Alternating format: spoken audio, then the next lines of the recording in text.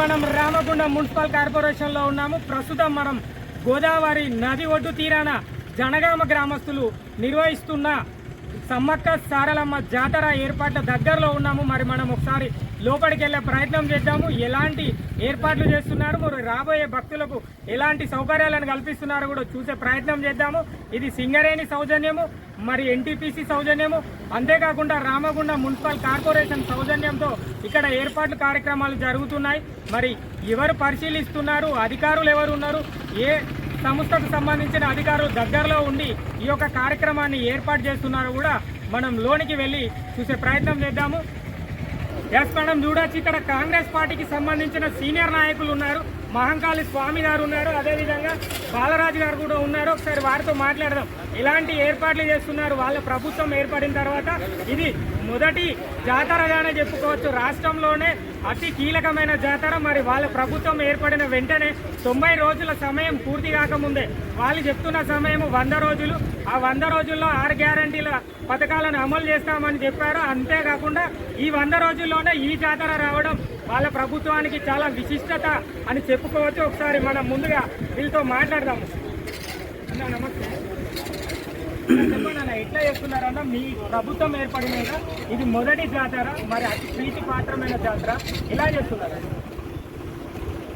చాలా ప్రతిష్టాత్మకంగా రామగుండం నియోజకవర్గ ఎమ్మెల్యే గౌరవనీయులు రాజ్ ఠాకూర్ మక్కాన్ సింగ్ గారి నేతృత్వంలో విని ఎరగని రీతిలో ఇప్పటి వరకు ఇక్కడ జాతర కమిటీ మెంబర్స్ కూడా ఉన్నారు. ఈ 20-30 సంవత్సరాలలో కూడా ఎప్పుడు కూడా ఇంత బ్రహ్మాండమైన ఏర్పాట్లు జరగలేదు. ఈరోజు ఎమ్మెల్యే గారు ఎన్టీపీసీ వాళ్ళను, అలాగే సింగరేణి వాళ్ళను, అలాగే ఆర్ఎఫ్సిఎల్ వాళ్ళను, ఇక్కడ మున్సిపల్కు సంబంధించిన అధికారులందరినీ కూడా ఒక వేదికపైకి తీసుకొచ్చి రామగుండంలోనే కాకుండా వివిధ ప్రాంతాల నుంచి దాదాపుగా 10 లక్షల మంది ఇక్కడ అమ్మవారిని దర్శించుకునే పరిస్థితి ఉంటుంది కనుక ఎవరికి కూడా ఎలాంటి సౌకర్యాలు, అన్ని సౌకర్యాలు ఉండాలని, ఎలాంటి ఇబ్బందులు జరగకుండా ఉండాలనే ఒక ఆలోచనతోటి ఈరోజు అన్ని డివిజన్లకు సంబంధించిన అధికారులందరినీ కూడా పిలిపించి ఇక్కడ ప్రత్యేకమైన ఏర్పాట్లు చేస్తూ ఉన్నారు. ఈ ఏర్పాట్లు ఏదైతే ఉన్నదో గత ప్రభుత్వం కావచ్చు, లేకపోతే అంతకుముందు పరిస్థితులు కావచ్చు, ఎప్పుడు ఏ సంవత్సరం అయితే జాతర ఉంటుందో ఆ సంవత్సరానికి సరిపడ మాత్రమే అప్పటిదప్పుడు కొన్ని ఏర్పాట్లు చేసి వదిలేసుకునేవారు.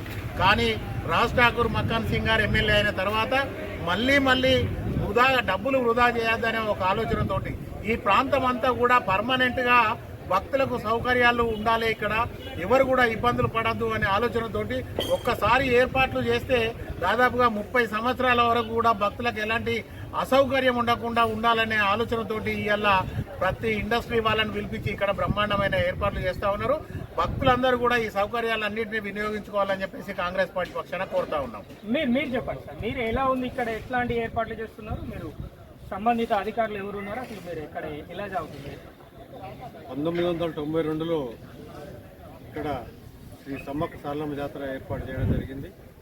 అప్పటి నుంచి దినదిన అభివృద్ధి చెందుతూ ఈరోజు 5 నుంచి 6 లక్షల మంది భక్తులు దర్శించుకునే విధంగా ఏర్పడ్డది. అందులో ఈ సంవత్సరం ఎమ్మెల్యే గారు ప్రత్యేక చొరవ తీసుకొని, గౌరవ కలెక్టర్ గారు కూడా ప్రత్యేక చొరవ తీసుకొని డిసెంబర్ 9న కోఆర్డినేషన్ మీటింగ్ పెట్టడం జరిగింది. ఇక్కడ కూడా మన కార్పొరేషన్ ఆఫీస్లో కూడా ఎమ్మెల్యే గారు ప్రత్యేకంగా ఇక్కడ ఇండస్ట్రియల్ వాళ్ళందరినీ పిలిచి కోఆర్డినేషన్ మీటింగ్ పెట్టి ఏమేమి పనులు చేయాలని ఇక్కడ పర్యవేక్షించి విజిట్ చేసి అధికారులందరికీ ప్రత్యేకంగా ఆర్డర్ జారీ చేయడం జరిగింది. అందులో భాగంగా సింగరేణి యాజమాన్యం మాత్రం ఈసారి 100కు 100% వాళ్ళకు అప్పచెప్పిన పనులను చేస్తుంది. అందులో భాగంగా ఎమ్మెల్యే గారు ఒక ప్రత్యేకంగా ఏమన్నారంటే దీన్ని నందనవనంగా చేయాలి, ఇక్కడ పబ్లిక్ గార్డెన్ అనేది లేదు కాబట్టి దీన్ని సర్వే చేసి మొత్తం ఇక్కడ నుంచి ఇంటేక్వెల్ రోడ్ వరకు ఒక పార్క్ తయారు చేసి బిట్లుగా తయారు చేసి ఏం చెట్లు పెట్టాలని సెలెక్ట్ చేసి పెట్టాలి అని అన్నారు. అందులో భాగంగా ఇవాళ సింగరేణి యాజమాన్యం సర్వే చేస్తుంది. ఇవన్నీ బిట్లుగా చేసి రేపు గోదావరి కని పట్టణానికి కాకుండా చుట్టుపక్కల ఉన్న వాళ్ళు కూడా వచ్చి ఆహ్లాదకరంగా ఇక్కడ ఉండే విధంగా వారు ప్రత్యేక చొరవ తీసుకొని చేస్తున్నారు.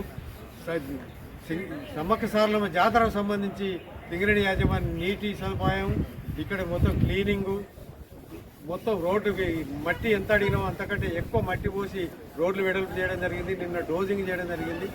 ఎప్పుడు ఒక్క ముళ్ళు గుచ్చకుండా కూడా వేయాలి. మొత్తం ఏరియా అంతా డోజింగ్ చేస్తారు కాబట్టి భక్తులందరూ అధిక సంఖ్యలో పాల్గొని అమ్మవారిని దర్శించుకొని అమ్మవారి కృప పాత్రలు కావాలని కోరుతున్నాను. ఎస్, మీరు చెప్పండి సార్, ఎట్లా ఉంది ఇక్కడ ఈ గతంలో కంటే ఇప్పుడున్న పరిస్థితి ఎలా ఉంది?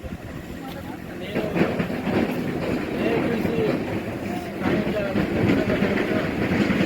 ఒకసారి ఏర్పాటు పర్యవేక్షించుకోదామని రావడం జరిగింది.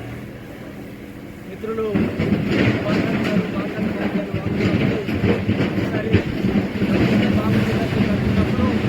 ఇక్కడ ఏర్పాటు అయితే సంతృప్తికరంగా ఉన్నాయి. స్థానిక శాసనసభ్యులు సోదరుడు మక్కాన్ రాజ్ ఠాకూర్ గారి నాయకత్వాన జరుగుతున్నట్లుగా తెలిసింది.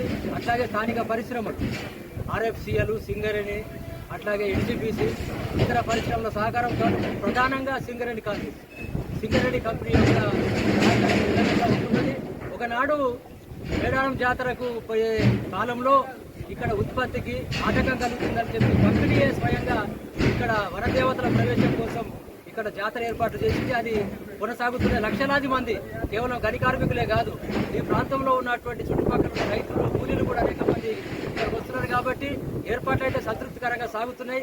ఇంకా మేము కోరేది ఏమిటంటే ఏఐటీసీ వైపున ఈ 4-5 రోజుల్లో ఏర్పాట్లన్నీ పూర్తి చేసి వచ్చేటటువంటి భక్తులకు ఎలాంటి ఇబ్బందులు జరగకుండా చూడాలని చెప్పి జాతర కమిటీని మిగతా మిత్రులందరినీ కోరుతున్నాం. Yes, thank you. చూడొచ్చు మనం ముందుగా ఇక్కడ నాయకులు చెప్తుంది ఏంటంటే ఖచ్చితంగా మేడారం తరహాలో ఒక మినీ మేడారాన్ని ఇక్కడ మేము తయారు చేయబోతున్నాము. మా శాసనసభ సభ్యులు మక్కాన్ సింగ్ రాజ్ ఠాకూర్ గారు చెప్పిన ఆదేశాల మేరకు మేము ఈ యొక్క కార్యక్రమాలను చేస్తున్నాము. సింగరేణి సౌజన్యము, ఆర్ఎఫ్సిఎల్ సౌజన్యము, అంతేకాకుండా మున్సిపల్ కార్పొరేషన్ కు సంబంధిత బడ్జెట్ కేటాయింపులు కూడా దీనిపైన జరిగాయని చెప్తున్నారు. ఒకసారి మనం ప్రాంగణం అంతా చూడొచ్చు. ఇక్కడ సమ్మక్క సారలమ్మ గద్దె యొక్క ప్రాంగణాలన్నీ పరీక్షించిన తర్వాత మన ఛానల్ ద్వారా ఖచ్చితంగా రాబోయే రోజుల్లో ఈ యొక్క జాతరను లైవ్ ప్రదర్శన కూడా ఇచ్చే ప్రయత్నం చేద్దాం. ఒకసారి మనం ముందుకెళ్ళి చూసే ప్రయత్నం చేద్దాం.